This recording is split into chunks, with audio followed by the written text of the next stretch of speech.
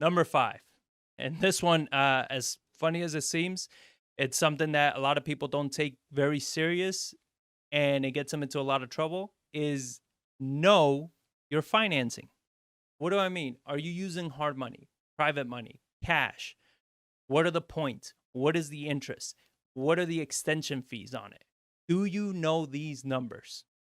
Do you know what that money is costing you on a daily basis? Why daily? Because any delay, anything that you have is going to cost you money. So if it delays 3 days, that's 3 days that it costs you money.